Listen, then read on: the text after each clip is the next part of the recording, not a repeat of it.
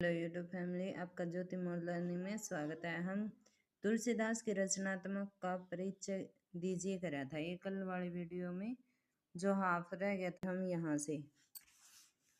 ठीक है, देखते हैं हम। कैमरा भी क्लियर नहीं आता कभी कभी तो। यह तुलसी की दुर्दशा ही कही जाएगी, जो उन्होंने स्वयं को उन सबसे अलग थलग रखते हुए वर्ण व्यवस्था की अनुपालनता पर जोर दिया है। ऐसा नहीं है कि इसके पीछे तुलसी के हृदय में एक वर्ग विशेष के प्रति संवेदना और दूसरे के प्रति दुर्भावना की प्रतिबद्धता रही हो। वे सबको एक समान समझते थे और सबकी सुख और सुविधा में ही समाज के सुख और समृद्धि की परिकल्पना करते थे।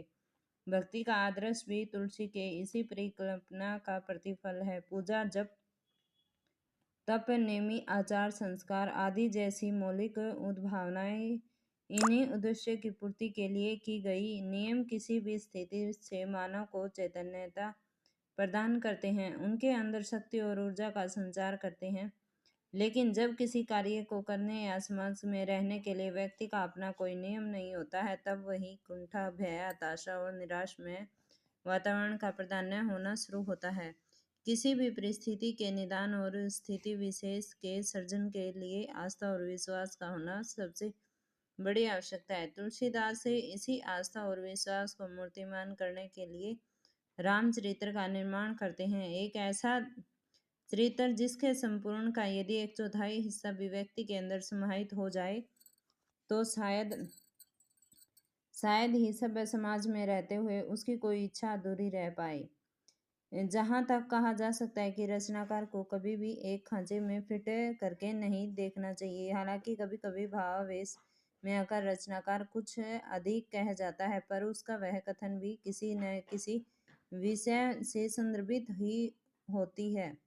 सभ्य समाज में घटित होने वाली घटनाओं का बहुत कुछ लेखा जोखा नितांत व्यक्तित्व या कल्पना मात्र नहीं है। इसमें कोई शक नहीं है कि तुलसी द्वारा कही गई एक बातें आज भी उतनी ही यथार्थ हैं जितना तुलसी के समय में हुआ करती थी। नारी के प्रति तुलसी की दृष्टि को लेकर आज भले ही उन्हें कटघरे में खड़ा करने की असफल चेष्टा की जाए, पर बात 100 टके की है कि जिम्मी संतर्त हुई उधर ही नारी।